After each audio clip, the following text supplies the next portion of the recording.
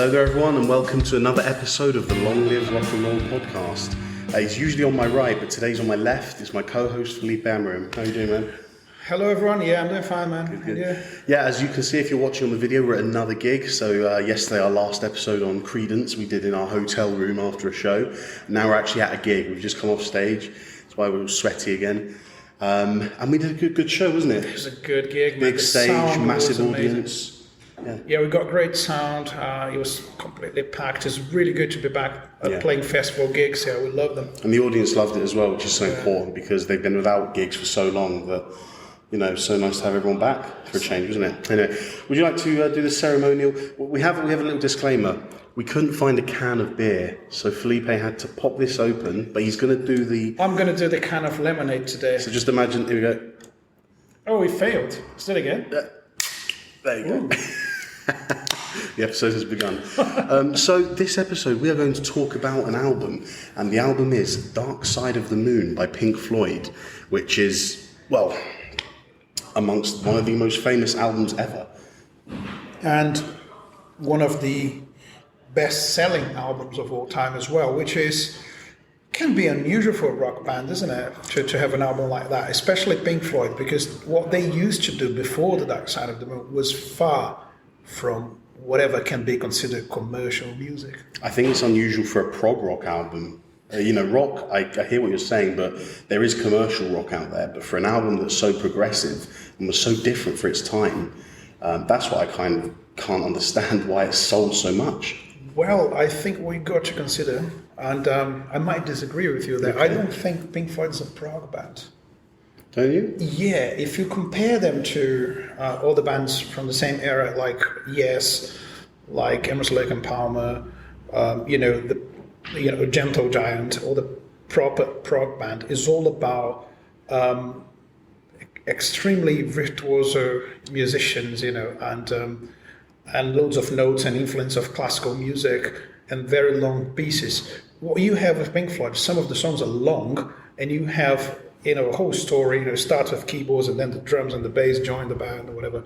But it's not, in my opinion, it's not prog rock, It's somehow, you can call it, I've heard someone call it space rock or something like that. It's about the technology, it's about the sounds, it's about the ambience, but not as much about, playing too many notes or having very complex music structures, which you're going to find in every single prog band, but not with Pink Floyd. Do you think Pink Floyd, especially with this album, bridged the gap between progressive and rock? This is where it molded and met in the middle. I would say so. Yeah, because the one thing about this album, Dark Side of the Moon, is that, in fact, it's actually... people cited this as the first time that a band made accessible progressive music. Which I think is fair to say, isn't it? Because they actually, there's several songs on there, which a lot of them are quite short as well, these songs. Not incredibly short, they're still 4 or 5 minutes, but the bands you're talking about, think about how many Yes and Genesis songs are like 12, 13 minutes long. This album kept the songs in more of a rock format, didn't it? Then that's a really interesting topic, because I think you managed to sum it up, because for me, The Dark Side of the Moon, and I think for Roger Waters as well, is one long song. Yeah. If you consider through that perspective, it's actually a 45 minute song. But they were so clever to turn into different parts. It's like a movie divided in different chapters or a book. So you see when you go back to Breathe at the end of Time, so the same chord, same melody, they're going back to the very first song of the album. But if you consider the whole album as one long piece, then you're just going back to the first chapter. Yeah. And I think what they did that made it commercially viable was to divide that one long piece into a smaller, bite-sized... More digestible. More digestible. Exactly. So if you isolate one track like Time, Like Money, then everyone can listen to that and enjoy it. And most people who were not familiar with the album or not familiar with Pink Floyd, they know Time, they know Money, they know probably Breathe. So they think they are isolated tracks. They don't perceive it as part of a whole. And I think that is so clever. It's a crucial element about the album that they intentionally made it commercial. That's the thing that some people don't know. Roger Waters was under pressure by the label to actually do something that could make it to the charts. Because if you think about everything they've done with Syd Barrett before Waters took control, was very experimental. Yeah. So they were one of the greatest bands in the world, but still not commercial enough to make to break America and to turn them into a very profitable organization. Yeah. Just so you know, guys, if you're hearing any doors closing or guitars being strummed, we are still at the gig. We're in the green room. I managed to get a room just for us, but we're right next to where all the other bands are hanging out. So if you hear rock and roll sounding people, then that's what we are. We're surrounded by rock and roll bands today, aren't we? This is reality TV or reality radio, or whatever you want to call it. Exactly. We're not faking it. We're in the middle of a music festival here. I'll give you some, not facts, but some details about the album. So as you know, it's Dark Side of the Moon by Pink Floyd, released on the 1st of March 1973, but recorded from June to January 1972 to 1973. But they did multiple stints there. And what's really interesting about the album is that they played most of the songs that are on the album on the tour in 1971 to the audiences. Before recording it. And the thing is, we'll get into it when we go song by song, but a lot of it stayed the same. I've heard early versions of Time and Breathe, and they're quite similar, but then On the Run has completely changed.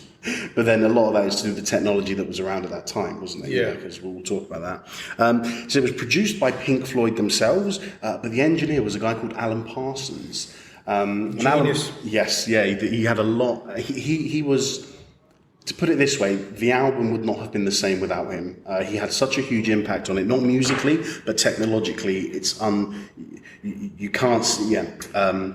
He had a huge input into the technological aspects of the album, and certain things would not have happened without him being in the studio at that time. Yeah, exactly. Editing tapes and cutting tapes and piecing the samples. All those noises you have before Time, before Money, before all those songs.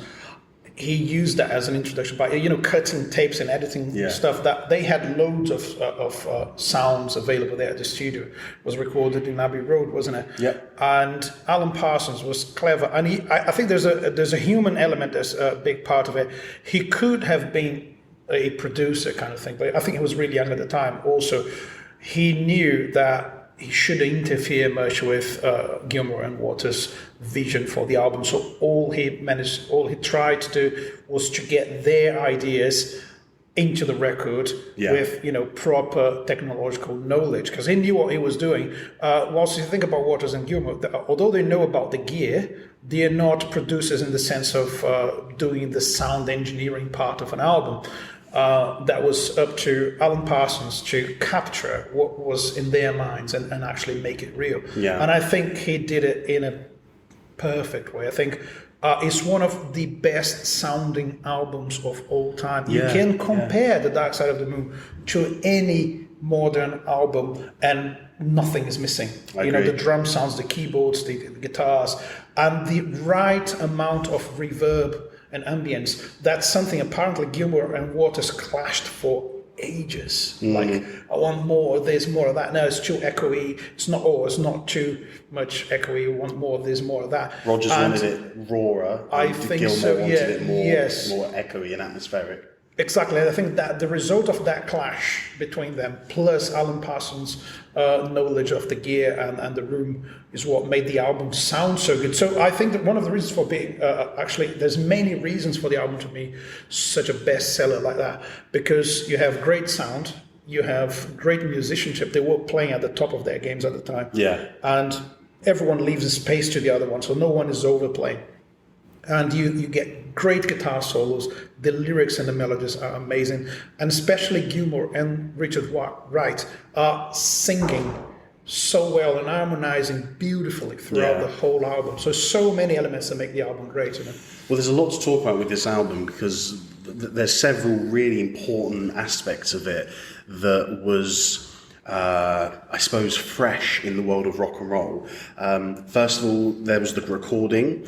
Next was the lyrical content. And I suppose the overall feel of the album, which we discussed, shorter songs. Yes, it's one long, you could say it's one long piece, but let's talk about the recording first, because the amount of innovations in that came from that album, the stuff they did was just so unique and so fresh at the time. For example, it was one of the first, I know the Beatles used it. No, was it the Beatles? Who was it? I can't remember. But this album was one of the first albums recorded where they used a 16-track, which allowed them so many more inputs to get so many different more instruments. And like you said about Gilmour and Wright harmonising, Gilmour's harmonising with himself in several of the tracks. Yeah. He's singing over himself, putting a harmony where in another album they wouldn't have been able to, because the system wouldn't have been able to take it. It would have only been a 4-track or an 8-track. But the fact that they have all these extra stuff means that they were able to add so many more layers, and you can hear that on the album. The layers on the album are just, they seem infinite, don't they? They've done a great job with it. Well, they did. You can hear all those layers of vocals and instruments, and they were well balanced in the mix. And again, there's no overplaying and there's no over layering. Yeah. There's not too many. There's just enough layers of vocals and guitars and everything else to make it sound interesting. You have some good female backing vocalists in the album as well, and they just sound amazing. Yeah, they do. If you listen to the vocal harmonies, it's just perfect. And they were kind of going that way. They had that idea of adding the female vocals, and they just managed to have the right amount of it. And yeah, again, you have the solos, you have everything else. But you mentioned the lyrics. I want to say something about it, because we talked the other day about John Fogerty and about the way he talks about his own personal experiences. Waters had a different idea in mind, which is he wanted to talk about everyone. Yeah. So, if I'm not wrong, the word that happens, that appears mostly in the lyrics is you. Oh, really? It's all the time saying you. Oh, It's wow. like pointing a finger, like I'm talking to you. Yeah. And I think the concept for the lyrics, I think the whole idea of the lyrics came before the instruments, before everything else. Yeah. So it's, again, that's an unusual way to do a prog album, if you consider it like prog, because prog is more about the instruments. Sometimes there's loads of bands that would recognize that their lyrics don't say much. It's just about how they play. And Waters had the idea, since he worked on Echoes, because the lyrics of Echoes is about someone crossing paths with a stranger and recognizing himself in that stranger. So he actually said he saw two people like crossing their paths in front of him out of his window, and they said, what if those two people stopped and talked to each other? How much do they have in common? So he wanted to write not only that song Echoes, but a whole album about the human experience, about what do we have in common and why are we so alienated, why are we so apart from each other if we have so much in common. So very clever choices Lyrically. about lyrics, because you think about how he goes straight to the point with the song titles. Yeah. Other than them. Time. Breathe. Yeah. Money. Well, especially time and money. Just want to say this, because time and money are two subjects that every single human being on earth has to have a relation with. Yeah. We can't deny the importance of time and money. So Exactly. he was literally saying, what's the song about? Money. I'm going to talk about it. Yeah. And what's the name of the song? Money. What else do you need to worry about in life?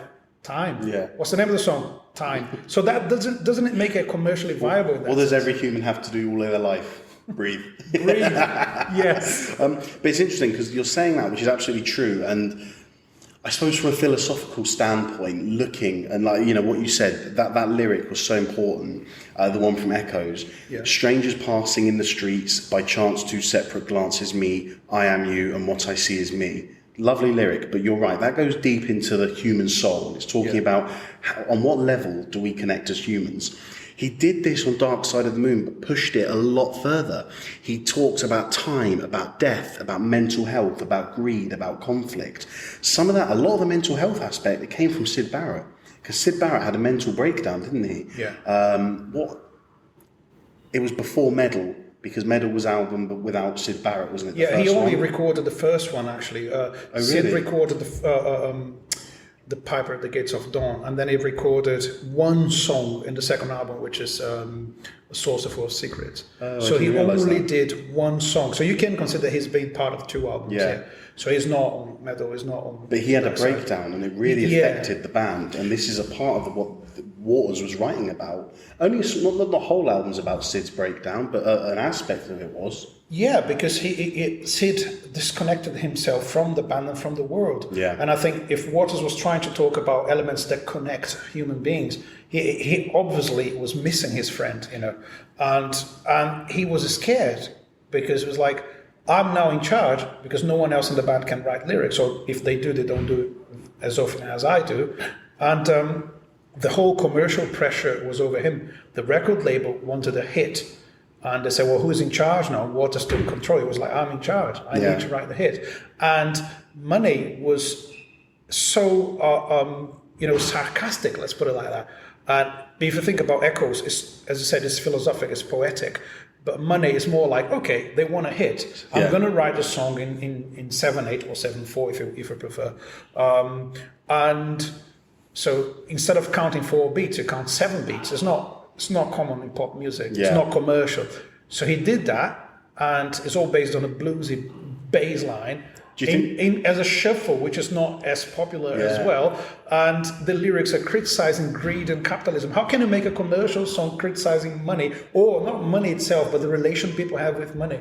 How incredible is that? Do you think him writing it in 7/4 is putting two fingers up at the pop industry? Totally, he's like, here's your pop song. And in case you're not in the UK, 2 fingers is like the middle finger. For anyone who doesn't play an instrument or read music, playing in 7/4, so playing in 4/4 is counting 4 beats in a bar. 99.9% of pop music is in 4/4, and it's 1, 2, 3, 4, 1, 2, 3, 4. And it's nice because it's an even number. It comes round again. You often play 4-bar phrases or 8-bar phrases, and you can repeat them. But playing in 7, it's 1, 2, 3, 4, 5, 6, 7, 1. And so because you've got that extra beat, which makes it an odd number, it throws you off. It does, and that's such a fantastic. But it does and it doesn't, because the melody is so well written. Oh, the way they do it in Money. Yeah, is you don't feel the 7. Yeah, just the bom ba ba dum bom bom bom ba. That's the 7, and then it comes around and repeats again. And it's so clever, and he did that intentionally. He was, I want something 7. Yeah. And that. So I think the 2 most important songs, without talking about the whole album, the 2 most important songs are Money and Time, because they were in the charts, if I'm not wrong, for 20 years. It's like, if you have any statistics there, man, it's the Time, because it's all mental. Well, the thing is the statistic I have, it's not actually to do with money. You might be right, but the thing I have is that, let me see it. So, Dark Side of the Moon, I know we're kind of going back and forth, but just this little fact, is it remained in the Billboard 200, which is a chart of 200 albums, and how popular they are and how they're being bought. It remained in that chart, so it was one of the 200 most popular and most bought albums for 937 weeks. Wow. Which is just under 18 years. That is. So it kept selling at a consistent rate to be considered in the top 200 albums in the world for 18 years. That is like unheard of. That's phenomenal. That's crazy, isn't it? Again, that means Waters actually achieved what he wanted. He wanted to communicate with literally everyone, and that album went way beyond Pink Floyd's audience. Well, the thing I read, and so many people and critics said that the lyrical content and themes that other bands were doing at the time were nothing like this. And the content of this album really touched and resonated with a lot of people. It was a massive artistic statement to say we're going to make an album that is dark. And do you know what I think? It's dark. It is. But you know what I think really lends itself? And again, there's so many aspects on this album that if a little bit is removed, it's not the same album. And for me, one aspect of the album is the people talking. I know we've discussed this. Doesn't that make it even more human? What happened is Roger Waters wrote questions on cue cards. So he had just a bunch of cards and he wrote questions on them that started off with, what is your favourite colour? And then they kind of got a bit more philosophical and they went, what is your favourite colour? Is there a dark side of the moon? Have you ever been violent? And then the one after that question, were you in the right of being violent? And questions that made people themselves question, well, here's the last time I was violent. Was I right to do it? And the responses they got were fantastic. One of the guys, I don't know actually, is this one of the questions in the segment? No, it's not, so I can ask you. Do you know the name of the guy who goes, I'm not frightened of dying? I love that. I don't know his name. So he's called Jerry O'Driscoll, and he was the doorman at Abbey Road Studios. Yes, I knew he was a doorman, and it was like such a random thing, isn't it? I want to pick everyone who is around, and give them this piece of paper. So they used the crew, the studio technicians at Abbey Road, people loading in the gear. As we just said, the doorman from Abbey Road. He just asked everyone, sat them in a booth in the recording studio, and said, I'm not going to interview you, just read the cards and answer the questions into the mic. And just like a good movie, when right at the end of the movie you have an idea for a scene that's going to change the whole story, and it just, we need to shoot that scene and edit into the movie, that's what they did with those voices, because Waters was like, they were right at the end of the recording process, and Waters wasn't happy. It was like, something is missing, it's not human enough. We don't need only people singing, we need people talking. And for instance, that thing is, the question was, are you afraid of dying? So you got that beautiful line. I'm not frightened of dying. Any time will do. And what does it say after that? Anytime I don't mind. No, Yeah, whatever. So it's just beautiful. And the thing is, you get the answers without the questions. That's why it sounds like, what are they going on about? And one of the questions, if I'm not wrong, was, what is the dark side of the moon all about? Because people didn't know what the album was all about. And although it's, as we said, such a simple, concept, we want to talk to the elements that everyone has to relate to. We're going to talk about the things that are common between all human beings and try to question why they live so apart. But no one, apparently not even the band, could grasp the idea. So he asked that question as what was the album all about? And someone actually, instead of talking about the album, talked about the dark side of the moon itself. There's no dark side of the moon, really. As a matter of fact, it's all dark. It's all dark. So that's at the end of it. And how does it, that's an interesting thing. If you're writing lyrics, if you're writing guitar solos, you can have total creative control over that, and you can direct your ideas to your final destination musically. But when you're asking someone to speak to a microphone, they're not musicians, they're not artists, they're just common people talking to a microphone. How can you know what's going to come out of it? That makes the album much more accessible and human. Exactly. Excellent. Well, before we go sort of and talk track by track, I thought we'll do a little segment. And this, we don't have a name for this segment, it's just called, I'll introduce it. This is The Quiz.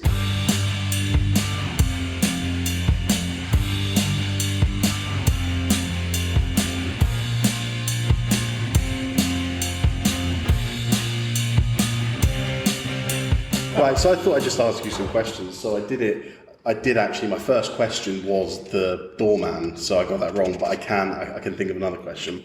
So you've got to keep track of your score. All right, here's the thing. This is not planned, so I don't know the questions. Laz assumes I know everything about Pink Floyd, which I don't. I know a lot. He was in a Pink Floyd tribute band. He has to know. I was in every single tribute band he can possibly. Every show I'm saying, I've played in Creedence tribute band. I've played in Deep Purple, whatever. Let's see if you guys can guess the answers before I can guess them. Why not? Go for it. Yeah, keep your score at home if you're listening. Keep your score. I think I'm going to get 0. I'm not. No, I don't know. You might be right. And I've gone for obscure ones because there's facts about Dark Side of the Moon that everyone knows. Right, question 1. This isn't written down, so I already asked question 1 about Jerry O'Driscoll, so I'm just going to make this up in my head. Which famous musician was asked to read the cue cards, but his answers were not used because he was purposely trying to be too funny?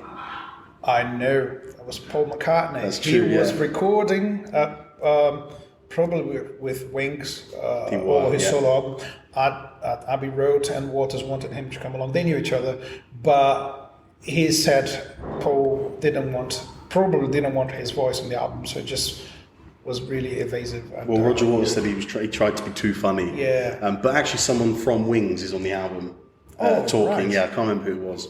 Excellent, well done. 1 out of 1. Number 2. Which Beatles song can be heard somewhere on the record? And if you know it, where? I thought there was a myth. No, it's true. Is it It's there. really? Yeah. Can you hear it? Because would they play? No, was someone playing it from a record player or something? I don't know that. I That's just it. know that a section of a Beatles song can be heard somewhere. You don't know if it's intentional either. I have no idea. I'm gonna guess. Can I just guess? Yeah, of course. She said. No.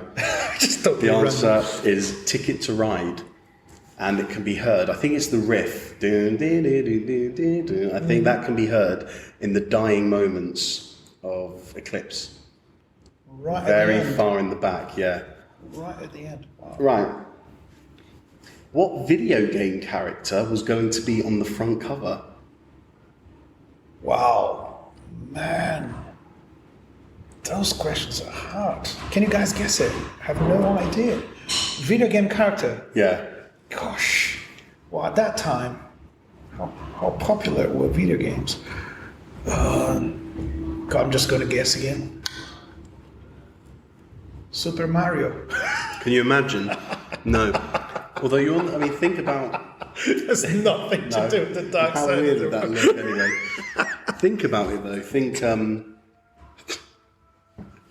Can you imagine Super Mario on the front of a Pink Floyd album cover? Yeah, playing a bass guitar. So. We've discussed this video game character before when we were touring in Brazil. We watched a video about this video game. Yeah, that was character. long ago. Don't remember. No. Okay, well, on the front cover was going to be the Silver Surfer. Wow. Yeah. I thought of it because Joe Satriani did that. Yes, yeah. Yeah. Well, maybe he did it. Maybe he thought, No, maybe he Pink Floyd thought, haven't you done know. it, I'll do it. Excellent. So, next question, and this is one you'll like. After the release of Dark Side of the Moon, how much money did Pink Floyd contribute to the filming of Monty Python and the Holy Grail? Is it A, 10%, B, 20%, or C, 50%? I'm going to have to guess again. And I told you, I'm terrible with the questions today. I'll go for 10%. 10%. No, the answer is 20%. Oh, that's quite a lot. So in the studio, they actually had a lot of downtime where Roger Waters, because it was Abbey Road, Roger Waters would go and watch Arsenal play. He'd either go to their stadium to watch them play, or he'd go and find a pub and watch the game on. Well, actually, did they do that in the 70s? Did they have football on TVs? I think they I did. don't know. They had Anyway, for sure, yeah. Roger Waters used to go and watch Arsenal, and the other band members used to sit and watch Monty Python's Flying Circus. And so when they heard that Monty Python were filming a movie called The Holy Grail, they contributed to the production costs. That's amazing. So the total amount for the budget for Holy Grail was about £500,000. And so Pink Floyd contributed about 20% of that. Think about one thing though. They were paying, for one of the most expensive studios on earth. I don't know if it was that expensive at the time, but you are at Abbey Road paying shitloads of money to be there recording, and you stop for an hour or whatever to watch the Flying Circus. It's like, well, Monty Python's on TV, you got to stop recording now, and they're paying for this studio. It's like mental. They were rich, Right. though, weren't they, all of them? And final question. Do you know what the album was going to be named? All right. Because there was another name. Actually, there was another band who released an album called... Wait, am I right? Yeah, and there was a band who released an album called Dark Side of the Moon. Oh, I see. But it failed and they flopped and they didn't get any recognition. But because of that, Pink Floyd had another name in mind for what they were going to call the album. Was it Eclipse? Yes, Got well it. done. That Well one done. I knew. Yes. 2 out of... Well done, bro. 2 out of 5. Oh, Excellent. terrible. No. Let us know in the comments how many you guys got. Awesome. Right, let's just go through this. Let's talk about the songs because there's just so much to get into. Each song is just so different, isn't it? Yeah, I There's think so much. we won't have time to talk about each song, I think, or maybe just a little bit of... Or we just flick through and talk about the best aspects. Well, the album starts with "Speak to Me," which is credited to Nick Mason, but it's Yes, yes. it's just because I think they wanted him to have some songwriting credits, and they got that song, which is it's a bunch of noises, isn't it? Well, the thing that they Building might up have, into the reason he might have got a credit is because that heartbeat is done by a bass drum. They treated it. They put a shitload of stuff inside. I mean, you know more about drums than me, but I can just imagine they packing it out with towels and blankets and just the boom, boom, like that. It's very muffled. So this is where we first, right from the off, this is where we see the first, or hear the first segments of the road crew being interviewed. We hear, you know, I've always been mad, and then they loop that guy's laugh. Yeah. So again, that's one important element that goes throughout the whole album, the samples and those ideas of voices, noises. That's one of the key elements of Dark Side of the Moon that has never been done before to that level, as far as we're concerned. The looping. And there's loads of it, and it does connect the songs and make it sound like that one long piece, as I said before. Well, Roger Waters described Speak to Me as an overture to the album. Do you not know overture? Yeah. Sorry, I don't want to patronise you. He's patronising me now because he's teaching me. Listen, overture is not even English, is it? Your English is fantastic, but it's not your first language. And overture is not English. Obscure word, What is it, Latin? It's Latin based. Oh, probably, yeah. Well, so, if it's not, we're just going to pretend it is. So French, he described Speak to Me. Do you know what it probably is? As the overture to the album, so the introduction, and then it takes us to Breathe in the Air. It's just a gorgeous song, that one, isn't it? It is, and it's simple, 2 chords. Interesting thing about that song, as far as I know, Waters came up with the whole idea, the whole philosophical elements about the album, and explained it to the band, and everyone was like, okay, cool. They didn't care much about the lyrics. They just jammed from E to A. Yeah, but they were like, good idea, human beings, whatever, human mind and philosophy, but in terms of music, what have you got, Waters? It was like, I got these 2 chords. I said, really? I mean, you just talked about whole album, you got 2 chords. Is that E minor and A minor, 7? Yeah, I don't remember. And then it's like, is that really? So they jammed through those chords for hours, like, all right, we're not going anywhere. And then that's when you have the importance of the other band members, and Richard Wright came with a chord. He, according to himself, he stole from a Miles Davis song. Yes. And it's a jazz chord full of, extensions and stuff. We're not going to get into the music theory of it, but he just played that chord, which leads perfectly into the next section. Doesn't that one chord give the song its personality? It is. Because it's dark. Yeah. And it's disturbing, It is, You're coming from such a simple chord progression, and then you get into that thing, wow, then you go to the next section of the song, and that chord happens again, doesn't it? Yeah. And it's just brilliant. And then just saying one thing that is not only about the song, but about the album, you have each member contributing musically to a very high level, and that has never happened again with Pink Floyd. Waters took control more and more, and it ended up being all about him and the numerous guitar solos. But although he's the only songwriter in the album, the contribution of every single member in that album musically is so important and so unique that album could not have been made by any other 4 people in the world. Yeah. And as soon as we go through the songs, I might say a couple of things about that. But let's move on. Excellent. After that, we get On the Run, which is a really odd tune because it doesn't fit in with the rock idea and it doesn't fit in with the prog idea. It's an electro tune. I've got in my notes, I said, is this the first example of drum and bass music? Well, it could be. Because think about it, it's like the hi-hats and then that thing over and over and over. If not drum and bass, it's certainly electronic music, sample-based music, like some elements you have in techno music, electronic dance music, hip-hop and rap. Some of those elements were there. And initially it would be a jam of guitars. It would be like layers and layers of electric guitars. And then at the very last minute they recorded a progression of notes on the keyboard, and they just managed to speed it up. Well, it's a sequencer, and what they did is they put in the notes. So you just put in do do do, like do do do do do, and then you mess about with the oscillator and all the the knobs and everything. And I remember them saying, Roger Waters was like, we just sat there and we twisted all the knobs, and it just takes it. And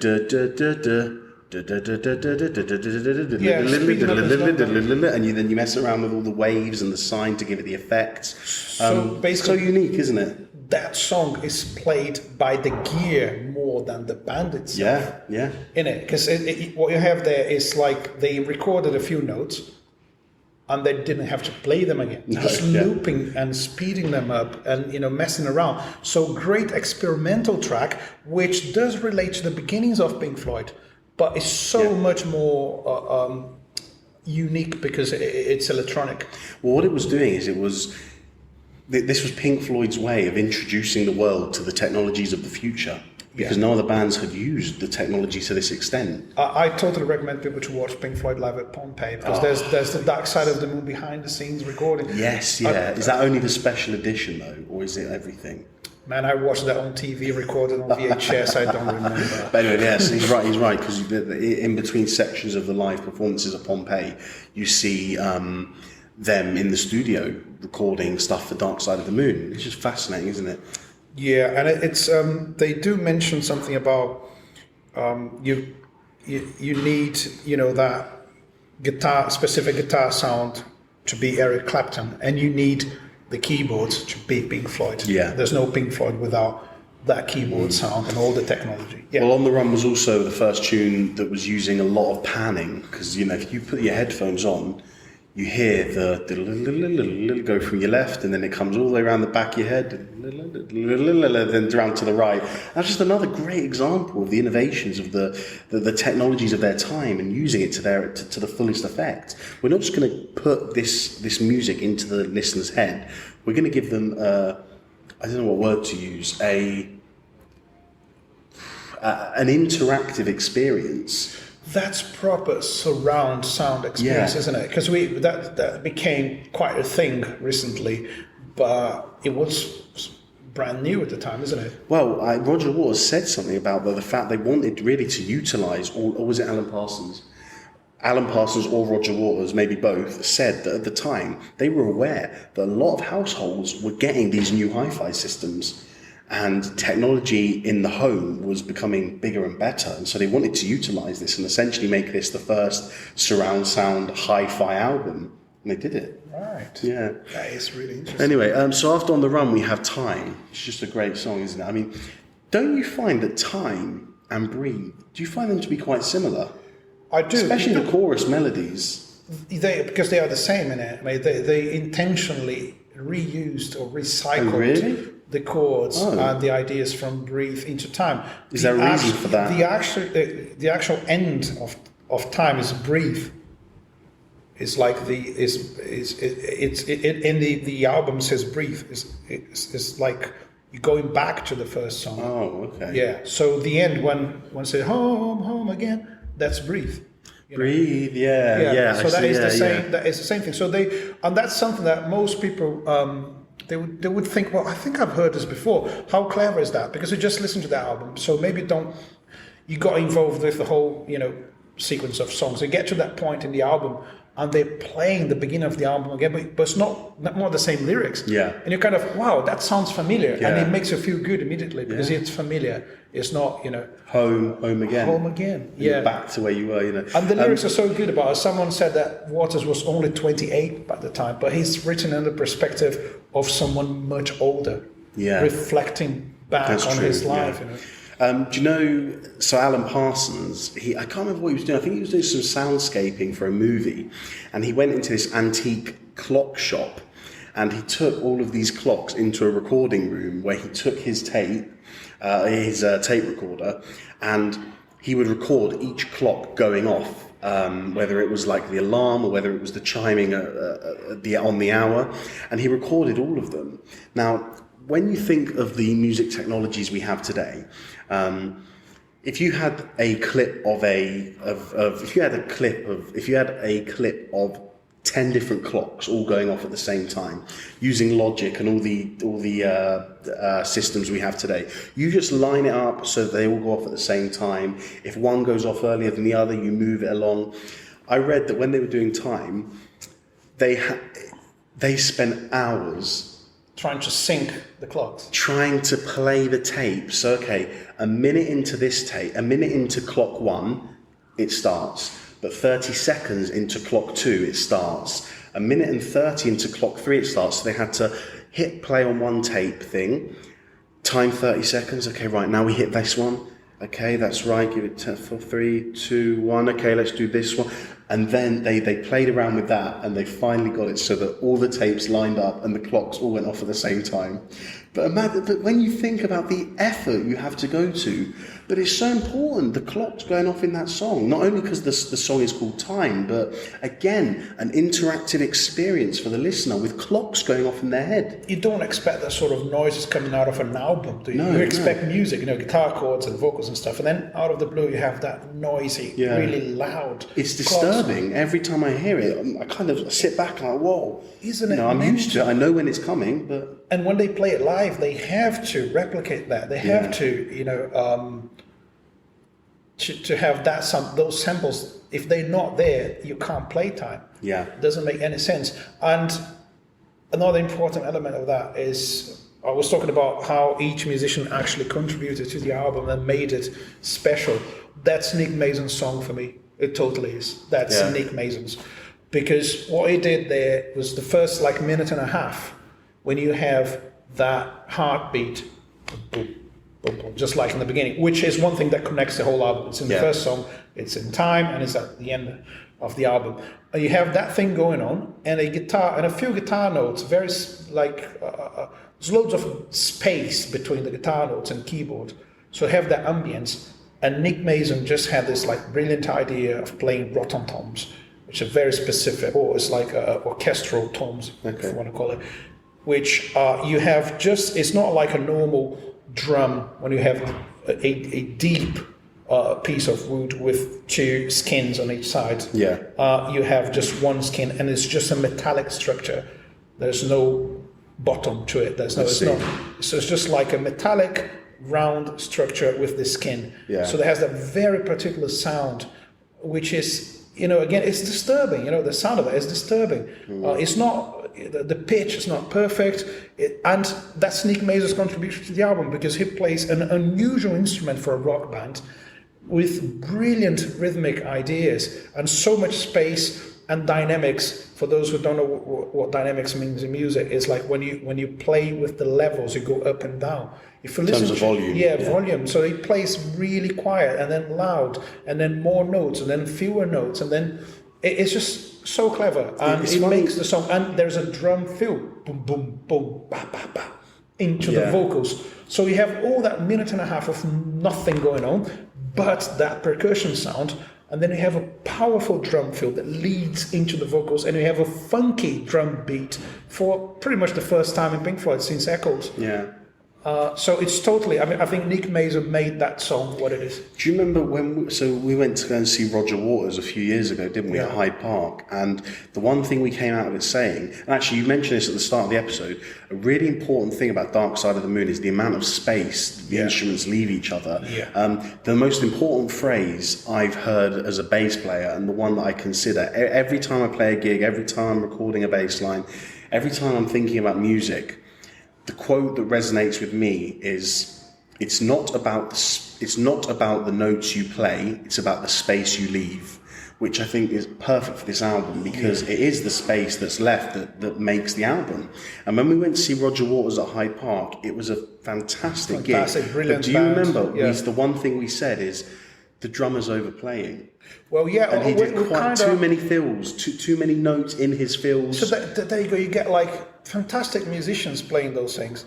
But then, why is Nick Mason Nick Mason? Yeah, it's not a criticism of the drummer. He was brilliant. It's just compared to Nick Mason. When you listen back to the album, you think, wow, that's how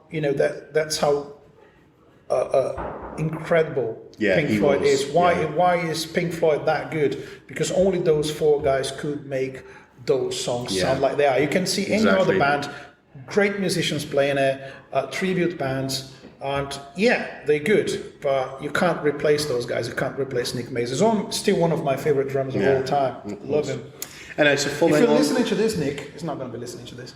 I want to meet you, have a beer with you, mate. to say thank you. Thanks. The next song after Time is Great Gig in the Sky, which is so unusual, isn't it? It's a very different kind of song. It's piano based. And I know that Richard Wright was talking about how he just sat at the piano and came up with those chords, and they're just beautiful, aren't they? That was meant to be an instrumental song first, and yeah, it's totally piano based. Again, then we get into the point. Now we're coming from Nick Mason to Richard Wright, so how important he was for that song. Yeah. You couldn't have that song. So although people claim, it's mainly Roger Waters' album, I totally disagree. Yeah, well, we said It's- everyone had their musical input. Exactly, it's and Roger Waters' script. Yeah.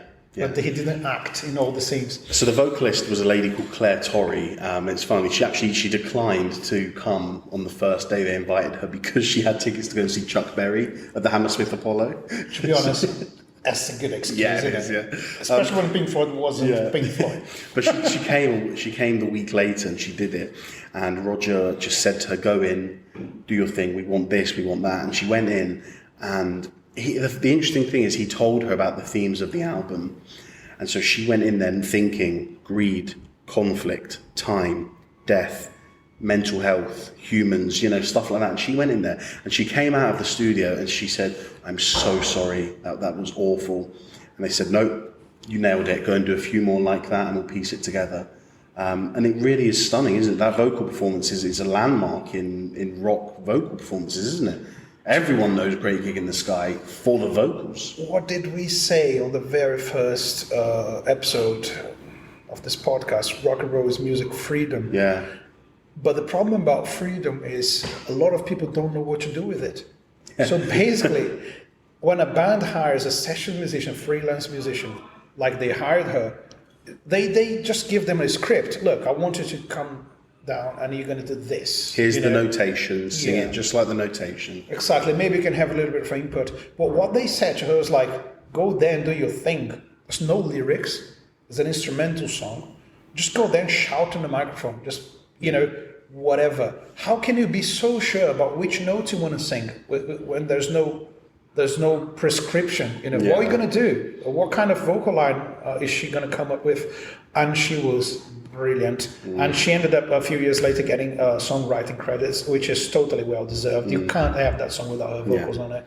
And that's the main melody of the song in the end. She was paid £30 for the session, which back then, so if that was nowadays accounting for inflation, it means she would have been paid 400 quid for the session. Which is a normal session fee. It's like a musician getting paid more. But it's a musician getting paid to do a job. She went there, did the job, and then I think they never gave her the album. She saw it in a music shop and she bought it, something like that. Yeah. And brilliant song. And the start of that song, we have the famous, I'm not frightened of dying. Any time will do. Doesn't bother me. I don't mind. I don't mind. Awesome. Well, after that comes, we've already spoken about money. We don't really need to talk about it. Can skip that one. One quick thing is that Money was actually, Roger Waters was inspired by Booker T, who did the song Green Onions, which is a very kind of old soul. Booker T it was the Stax, wasn't he, in Nashville. So I think you can hear the influence on there, especially with the keyboard, like the organ sound that Richard Wright gets. But it's a bit funky in it comparing to... It is, on my notes I got funky. So another aspect, we call it rock, we call it progressive. There's certainly some funk elements, and at the end of, is it Time? Or no, was it Nick Mason's drum beat, you said, in Time? Yeah, I think Time, Nick Mason's drum beat is quite funky. Yeah. Also, Any Quality You Like's quite funky. Yeah. Well, after Money comes the track Us and Them, which was the first track I think that was actually the first track they recorded of the album, and it shows Gilmour and Wright's vocals. They use it so well, and there was a massive emphasis on the echo and reverb applied to their vocals, because you hear it. I mean, it's so obvious, isn't it? It's us, us, us, us. Again. And them, just so precise. Just like the samples they use in other songs, including this one, the technology plays a really important place there, a very important role in that song, because you could just say us and then a few bars of silence. Yeah. And then that echo makes it. That echo totally, like, makes the song what it is, and makes people think about, oh, is he actually repeating the line, or is that an effect? Yeah, exactly. Oh, it's an effect. First time I heard that, I was like, is he just singing the line over and over? No, it doesn't sound like it sounds so perfect. Yeah. Oh, it's just like repeated by the machine, not by the man. And that's got a saxophone thing in, doesn't it? It does have a sax solo. It's really Dick lovely. Parry, isn't it? Is it? Dick Parry is the same guy who recorded "Wish We're Here" with them. Oh, cool. I think, it's him. I think it's him. Cool. He was a jazz musician who was friends with David Gilmour, and they didn't know too many session guys to invite, so he was his mate. It's like, well, I'm gonna call this guy. Yeah. He came down, did it fantastic. Nailed it, exactly. It's lovely. Great solo. Talking about funk as well, the next tune, Any Colour You Like. Very funky, isn't it, towards the end of the song? It is, and that is a kind of a transition song, isn't it? It comes from Us and Them, which is a ballad somehow. Us and Them is very melodic, very emotional, and there's reference to the war and all that stuff. And it comes from that thing into the last section of the album, isn't it? It goes into Brain Damage and Eclipse. And the transition's seamless, isn't it? It's perfect. Yeah, it's just like, wow, that song. So some people listen to that song and say, yeah, there's nothing great about it. Well, there is one important thing. It's a connection. It's a transition. It's the bridge between the whole album and the last chapter. Yeah. Because Brain Damage and Eclipse, you can talk about them as just one song. Exactly, yeah. Excellent. So as we said, Any Colour You Like flows seamlessly into Brain Damage and Eclipse, and Eclipse really does just feel like the finale of the album, doesn't it? It's so, even down to things like the repeating of the lyrics. All that you done, all that you done, all that you do, and all that you do. Yeah, it's fantastic, but it really, it's almost musical, as in, not musical, as in a musical. Like musical theatre stuff, you can kind of imagine the ensemble of a musical theatre piece singing this all together at the end. And Waters' vocals on that song are closer to spoken word, isn't it? Instead of actually singing. And there was an interesting thing about him singing in the album. Again, that's why the album is a band effort. Waters wrote all the lyrics and all the melodies, but they wouldn't let him sing. Oh, really? They didn't like... Well, he could sing, but he wasn't... Let's be fair. He didn't have that beautiful voice that Wright and Gilmour had. So, but I do think his voice is just amazing because it's different from everyone else's voice. When you listen to Gilmour and Wright, they blend, like they sound like the same guy singing. It's true, yeah. Whilst Waters is completely different. And he sang a lot more on the wall, didn't he? No, he did true? Sing pretty much, yeah. Oh, really? He sang everything, Yeah, well, everything. There's loads of Gilmour there, but he kind of took over in terms of being the lead vocalist as well. But at that point in time, they would say to him, "No, listen, you're the songwriter, we're the singers." Yeah. So the whole album to that point, apart from some backing vocals, the whole album is Gilmour and Richard Wright singing. When you get to the end of it, Waters said, "No way you guys are going to sing this, because this is my piece, and this is me, has to have my voice." Well, if he done the lyrics, Doesn't it make darker? Right at the end, you have his low tone voice. Yeah, and I think it's fair. It's always fair to him that this was his album lyrically. So why shouldn't he get to say the most important part of the album, which is the final few lines? Brain Damage. Brain Damage is probably my favourite tune on the album. Not least because it has the Dark Side of the Moon lyric on. Yeah. And if the band you're in starts playing different tunes, I'll see you on the dark side of the moon. It's just stunning. I love it. Just beautiful. How to put the name of the album there? It's not like in movies when they say the name of it. Exactly.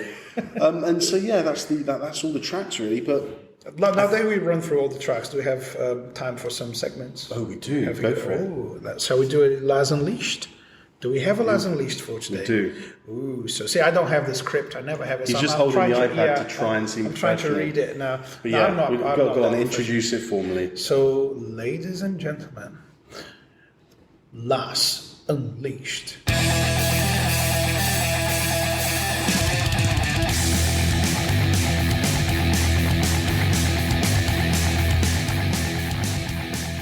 Right, so on this week's segment of Laz Unleashed, I'm going to say something that this actually probably is the most controversial thing you'll hear me say. Disclaimer. Go for it. Felipe does not necessarily agree with Lazar's controversial opinions. And I want to say it again. I do not agree with whatever Laz is going to say now, whatever it is. I say this with my head in my hands because I love it. I love the album. It's honestly one of my favourite albums of all times. More than that, it's one of the best albums of all time. But I'm going to cover my eyes because I don't want to see Felipe's reaction. I don't think money has a place on this album. There we go. I'm not looking at him because I don't want to see. I'll tell you why. I'm so sad to say that's the last episode of the show because I'm going to quit now. I feel as great as the song is, and as much as it works as a single and as the most accessible song, I feel like it's. I tell you what it feels like. It feels like the intermission of a play. It feels like I've gone straight from Speak to Me. What comes before money? So I go from Speak to Me to Great Gig in the Sky. And those 18 minutes are just one fantastic, seamless journey going into each other. Then you break with Money. And again, great song, but it just really takes me out of the mood. And then it brings back in with Us and Them. It's so hard to please Mr. Lazarus Michael. Yeah, well, that's the point of this segment, isn't it? It's like, no, he always has something to say about it. Like, it's a classic, dude. Yeah, it is. No, I understand. It's money. For me. You can't have Dark Side of the Moon without money. That's it. Yeah, I've said it. And that's a fair thing to say.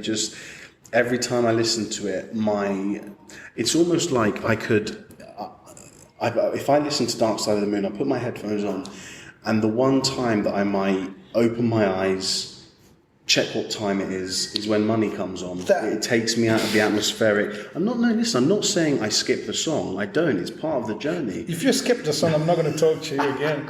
Do you know? No, I don't. If you take Laz to the Louvre Museum, he's going to look at the Mona Lisa and say, "Yeah, it's beautiful, isn't it? But I don't think it has a place in this museum." Just say, you just break the transition between that thing and the other thing. I think it's a fantastic song. It really is. I just question.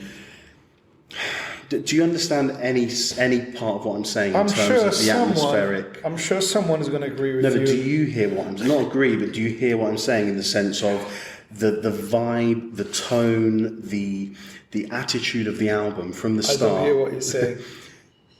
I don't hear what you know what I mean? From the start to where Money begins, do you not feel that in itself is a journey? Then from the end of Money to the end of Eclipse is another journey, and Money kind of breaks it up. In a simple, poetic way, I'd say no, I don't feel it. Fair enough. Well, that concludes another week segment of Laz Unleashed, and thank you for tolerating that was hard to convince, man. I mean, if you agree with Laz, drop your comment. If you're watching this on YouTube or if you're just listening to the podcast somewhere, or send us an email or a letter, or give us a call. A complaint. Yeah, a complaint. Yeah. Now, if you agree with Laz, send us your love because I think he's going to need that because there's going to be so much hate. Just saying. Well, anyway. We've talked about the album now. I think this is a good place to start bringing things together. But just talk about the success and the legacy of the album. I mean, it is one of, if not the most famous album of all time. Yeah. I don't know everyone who's listened to it. Sorry, I'm not saying everyone has listened to it, but everyone knows Pink Floyd, Dark Side of the Moon. Everyone knows the album cover. Yeah. Everyone knows one song from the album. It's universal. It is a masterpiece, and it's commercial, and it's rock. Yeah. And it has all the technology, all the musicianship, all it takes to make a classic, whether you like the band or not. Yeah. Well, in 2013, it was selected by the US National Recording Registry, and it's selected for preservation. So I don't know how you do that, but you preserve this album. And the reason for it being selected by the Library of Congress is it said that Dark Side of the Moon is culturally, historically, and aesthetically significant to music history. I think no one can argue with that. No, I agree. Again, it's not about being your favorite band or your favorite music style. The relevance of the album is simply evident. It's simply, you can't question that. That's what I'm saying. Yeah. You can't question. And just talking about some rankings as well, I'll just read through these quickly. So Rolling Stone name it number 43 in the 500 greatest albums of all time. Rolling Stone name it number 1 in the top prog rock albums of all time. The same for Q. NME call it the 8th best album of all time. The Observer call it the 29th best album that changed music, which I think that's important because, like we said before, the technological innovations in this album were so ahead of their time. It was so It still sounds modern, I think, up to this date. So now I have a question for you to kind of end the show, because I'm getting kind of inspired by this at the end. How do you define the dark side of the moon in one short phrase or in one statement?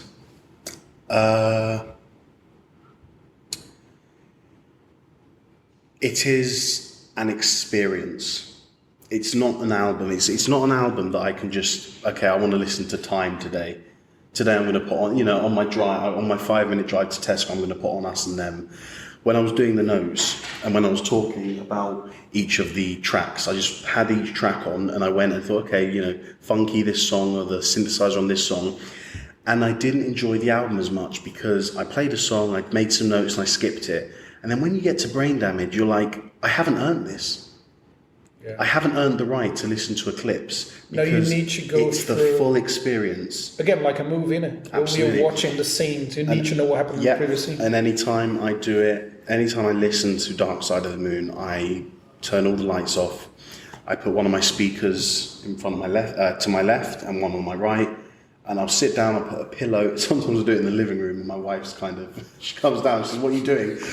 Just listening to some Floyd. And I just turn, that's it. I just turn the lights off, and I hit play, and you just don't let it. And do you know what? Goes against my comment about money, because you're right, money is a part of it. You can't skip it. No, I never do. All I was saying is, in terms of style, it kind of, for me, doesn't fully fit. But anyway, it is an experience. It is a movie.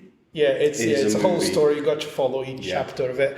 I have a funny story about that. I was saying about the experience. I was just listening to some Floyd. A friend of mine who I used to play with back in the day, around 1978, I guess. And she said that her boyfriend once disappeared for a month. Or didn't disappear. He locked himself in the room. He wouldn't leave, and his mum was concerned and whatever. And one day they said, "Can you just open the door? We need to, what's going on with you? You've been there for days." And they opened the door, and he was surrounded by all his Pink Floyd collection. He said, "I was just listening to some Floyd." But that's the thing with this kind of music. It can take you out of life. It transports you to another kind of dynamic in your world. Does. Now, I think I want to say how I would describe the Dark Side of the Moon. It's the perfect music combination between man and machine. That's really cool. Because as we talked through the technological elements of the album that sound very modern nowadays, imagine at the time, in the 70s. So they did allow the machines to play an important role. Most rock musicians would be like, "No, it's all about me, the way I play it. The gear is not that important." They were like, "No, let the gear speak we're for gonna itself." We're not gonna act all rock and roll and say we don't want to use all these technologies. They're gonna embrace these new technologies that were available. And like I said, Pink Floyd were demonstrating the technologies of the future. It's an amazing album, isn't it? It's a clear 10 out of 10. Like there's no debate. Actually, 11 out of 10 for me. I want to listen to it right now. Yeah. Are you guys going to listen to the Dark Side of the Moon? Well, it will be in the playlist. So go down to the episode notes to get our playlist, and it'll have the Dark Side of the Moon album on, and then any other songs we've made. We mentioned Echoes, so that will go in. Anyway, guys, that rounds us off nicely for another episode of Long Live Rock and Roll. So please Please give us a follow on social media. We are at Long Live RNR Pod on Instagram and Twitter, and you can search Long Live Rock and Roll Podcast on Facebook and YouTube. Please, in comments below, give us suggestions. If you want us to talk about an album or a specific band, let us know, send us a message, and we'll see what we can do. But yeah, thank you for joining us today. And let us know if you'd like to listen to us when you're driving or when you're cooking or when you're doing nothing else, Yeah. I want to know, why would people listen to us and when? I want to know. Thanks a lot for being with us again, and keep on rocking, everyone. And as always, long live rock and roll.